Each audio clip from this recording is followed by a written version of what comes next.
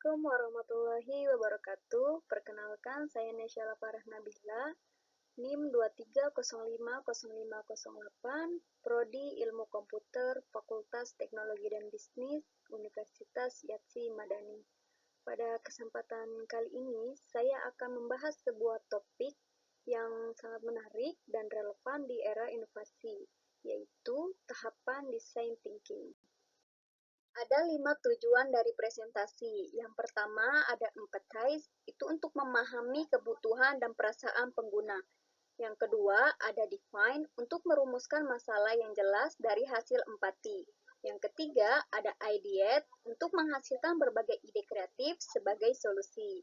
Yang keempat ada prototype, untuk membuat model atau rancangan awal dari solusi.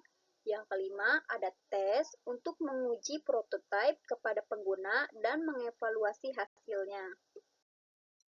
Di era yang serba cepat dan terus berubah seperti sekarang ini, kita dihadapkan pada berbagai permasalahan yang semakin kompleks. Banyak dari permasalahan tersebut tidak bisa diselesaikan hanya dengan cara berpikir tradisional. Metode pemecahan masalah yang biasa digunakan seringkali kurang mampu memahami kebutuhan pengguna secara mendalam. Padahal, untuk menciptakan solusi yang benar-benar efektif, kita perlu melihat masalah dari sudut pandang manusia yang akan mengalaminya langsung. Nah, disinilah design thinking hadir sebagai pendekatan yang berfokus pada manusia atau human-centered.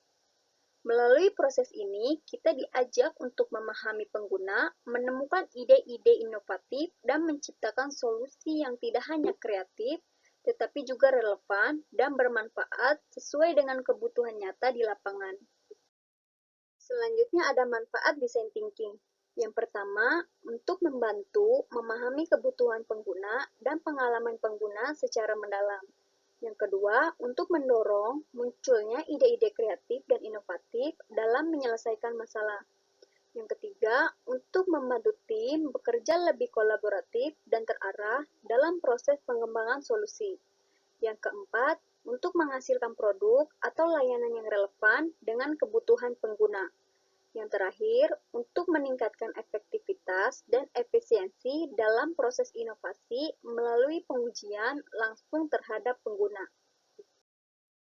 Selanjutnya, pengertian design thinking. Apa sih design thinking itu? Design thinking adalah sebuah metode pemecahan masalah yang berfokus pada manusia. Artinya, dalam proses ini, kita benar-benar mencoba memahami kebutuhan, pengalaman, dan perasaan pengguna sebelum mencari solusi. Pendekatan ini menggabungkan empati, kreativitas, dan logika. Jadi, tidak hanya berpikir secara analitis, tapi juga kreatif dan berorientasi pada manusia. Design thinking banyak digunakan di berbagai bidang, seperti teknologi, bisnis, pendidikan, bahkan pelayanan publik. Karena dengan cara berpikir seperti ini, kita bisa menghasilkan solusi yang tidak hanya inovatif, tapi juga benar-benar relevan dengan kebutuhan pengguna. Selanjutnya, kita akan membahas apa itu empathize. Tahap empathize merupakan langkah pertama dalam proses design thinking yang berfokus pada pemahaman mendalam terhadap pengguna.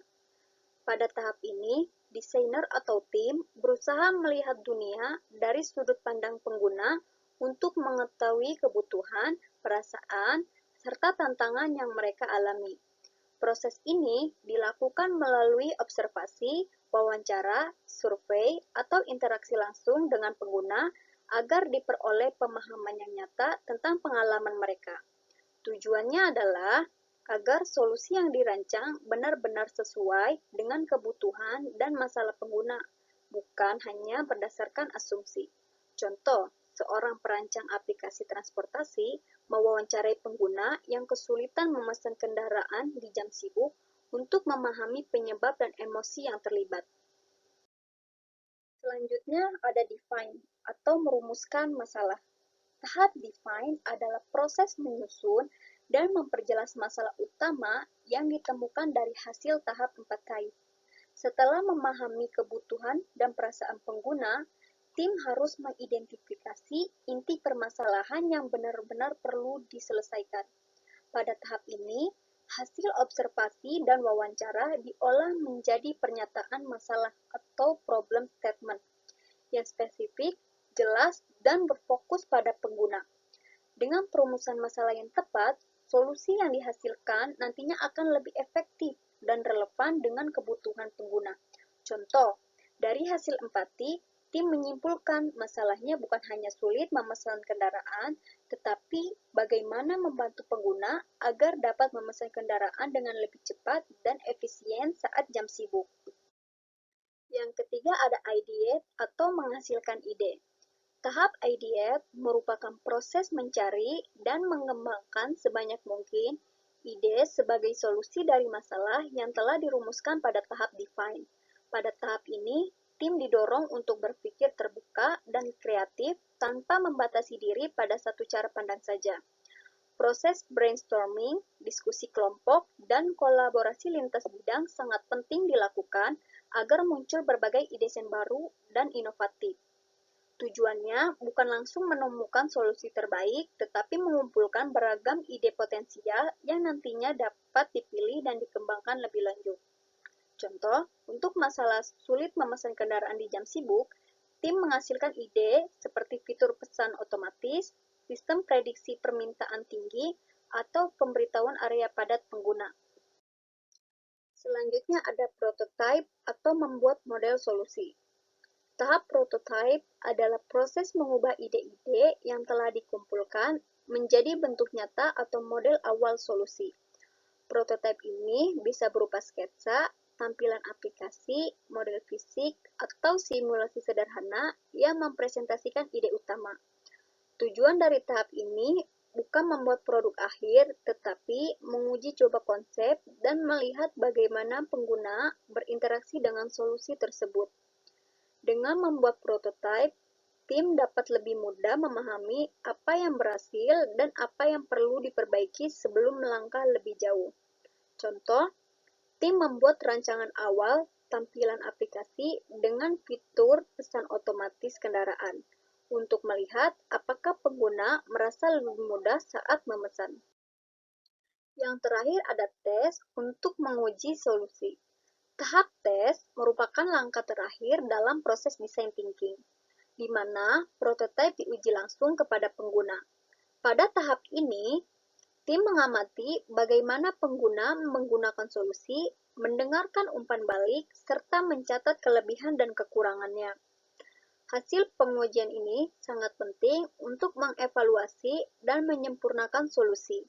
Jika masih ditemukan masalah atau kebutuhan baru, tim dapat kembali ke tahap sebelumnya, seperti ideate atau prototype, untuk menjadikan proses ini bersifat berulang atau iteratif.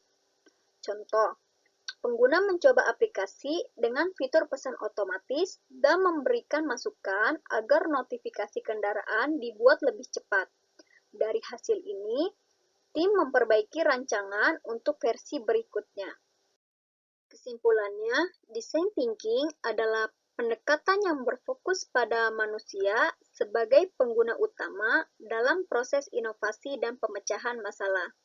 Melalui 5 tahap, empathize, define, ideate, prototype, dan test, proses ini membantu tim untuk memahami kebutuhan pengguna secara mendalam, merumuskan masalah dengan tepat, serta menciptakan solusi yang kreatif dan efektif.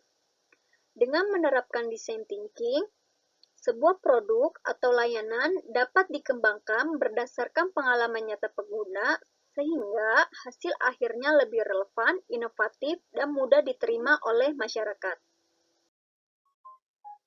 Dari pembahasan tadi, kita juga bisa menyimpulkan bahwa design thinking bukan hanya sekedar metode, tetapi juga cara berpikir yang menempatkan manusia sebagai pusat dari setiap solusi. Dengan menggabungkan empati, kreativitas, dan logika, kita dapat menciptakan inovasi yang tidak hanya efektif, tapi juga benar-benar bermanfaat bagi pengguna. Semoga dengan memahami konsep design thinking ini, kita bisa lebih peka terhadap kebutuhan manusia dan mampu menghadirkan solusi yang berdampak positif bagi banyak orang. Itu saja yang bisa saya sampaikan. Kurang dan lebihnya mohon maaf. Wabillahi taufiq wal hidayah. Wassalamualaikum warahmatullahi wabarakatuh.